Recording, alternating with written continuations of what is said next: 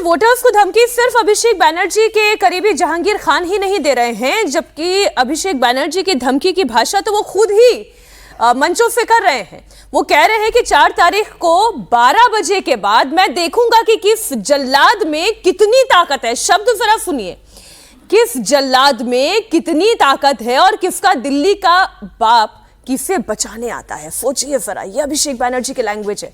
आप सुनिए मंच से उनका संबोधन। আমরা গতবারও আরামবাগ হেরেছিলাম, গোঘাট হেরেছিলাম, খানাকুল হেরেছিলাম, পুরসুরা হেরেছিলাম, কিন্তু উদারতা পার পেয়ে গেছিলে। এবার আমি নিজে দায়িত্বে থাকব। 4 তারিখ 12টার পরে কোন জল্লাদের কত ক্ষমতা আর কার দিল্লির বাবা কাকে বাঁচাতে আসে আমি 4 তারিখ দেখব। अभी जब ये बयान चल रहा था तब सज्जन जी कहते हैं गुंडा बनाम बड़ा गुंडा। अब किसकी भाषा में ज्यादा गुंडाई है, कौन वो खौफ पैदा कर पाता है। और ये केवल सेंटर को नहीं डरा रहे हैं, ये तो वोटर्स को भी एक मैसेज दे रहे हैं ना कि देखो मैं यहीं पर हूं, मैं यहीं की पॉलिटिक्स करूंगा, मैं दिल्ली नहीं जा रहा हूं, मैं पश्चिम बंगाल में ही हूं, मैं डायमंड हार्बर में ही खड़ा हूं। बिल्कुल, हम लोग मीनाक्षी जी पहले भी एक दिन जिस दिन इस तरह की उन्होंने धमकी दी थी, हम लोगों ने यही चर्चा की थी और उन्होंने कहा था अभिषेक बैनर्जी ने कि ममता बनर्जी तो बहुत दयालु हैं, उन्होंने तो माफ कर दिया था, लेकिन मैं माफ नहीं करता हूं। और ये जो अभी सज्जन जी कह रहे थे कि एक पाड़ा में, जो पाड़ा जिसको बोलते हैं वो लोग, उनको पता होता है कि कौन किसका वोटर है।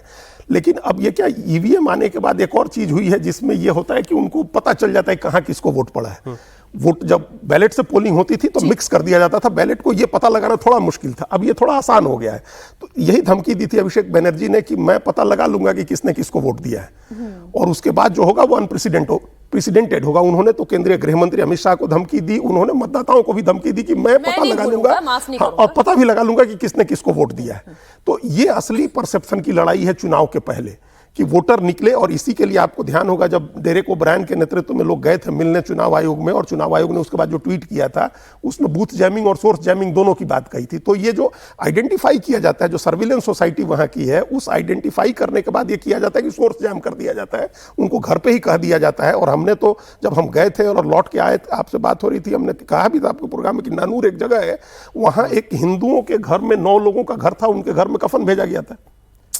और ये मतलब वो भेजने का मतलब था कि तुम वोट डालने निकलोगे तो फिर तुम समझ लो तुमको क्या करना है। तो ये पहली, हाँ, वीरभूम में नानूर है, और ये कई महीने पहले से ये काम शुरू हो जाता है। तो वही आज जाकर के अगर कोई आदमी डरा देना चाहे तो वो नहीं होगा, ये कई महीने पहले से भय का माहौल बना दिया गया है। डर वाली पॉलिटिक्स है।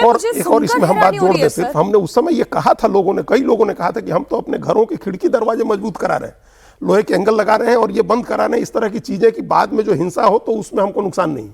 तो ये कई महीने पहले से जो चीजें हो रही थी, अचानक जाकर के आप किसी के ये भय नहीं निकाल सकते हैं लोगों के मन में। ये कोशिश वही हो रही है कि एक तरफ से कोशिश हो रही है कि डरा धमका करके उसको चुप करा दिया जाए।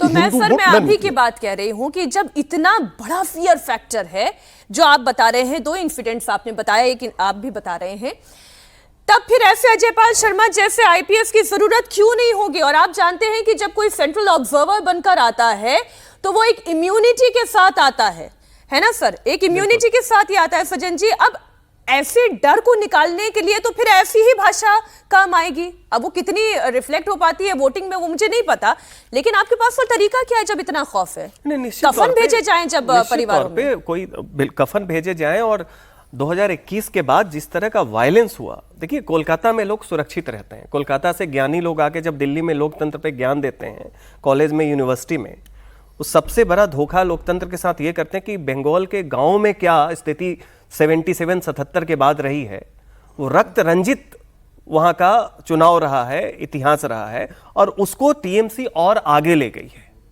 ऐसी स्थिति में अजयपाल शर्मा वगैरह क्या है कि आप किसी तरीके से स्टेरॉइड मेथड से उसको कोशिश कर रहे हैं मैनेज कर लें। सवाल ये है कि जो कल्चर वहां की फियर कल्चर है, अभिषेक बनर्जी की भाषा आप देखिए, अगर होम मिनिस्टर अपने बाप के बेटे हैं, इस तरह का शब्द, वो होम मिनिस्टर का नहीं है, वो टारगेट सीधा है, जो भी सोच रहा है कि टीएमसी छोड़ के कहीं और वोट देते। और ये हम लोगों ने जो साउथ 24 परगना, जिसमें डायमंड हार्बर इनकी भी कॉन्स्टिट्यूएंसी है, यहां पे हमने देखा है कि वहां के हिंदुओं से अगर आप बात करने की कोशिश करें, वो पहले तो आपको संदेह की दृष्टि से देखता है कि आप कौन है, क्या पता टीएमसी के लोग हों, बता के चले जाएं।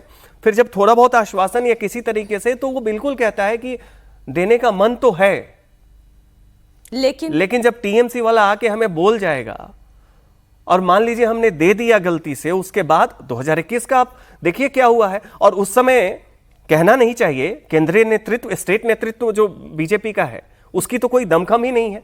वो तो गोष्ठी द्वंद, जो फैक्शनल फाइट है उसमें उलझी हुई है। टीएमसी में जितना फैक्शन है उतना बीजेपी बंगाल में है। दिलीप घोष, शुवेंदु अधिकारी, समीक भट्टाचार्य, शांतनु ठाकुर, सुकांता मजूमदार, आप नाम लीजिए और वहां पे फैक्शन है। और जो पोलिंग बूथ से, डिस्ट्रिक्ट से लेके जितने लोग हैं, वो अपने को बंगाल बीजेपी से नहीं जोड़ेंगे।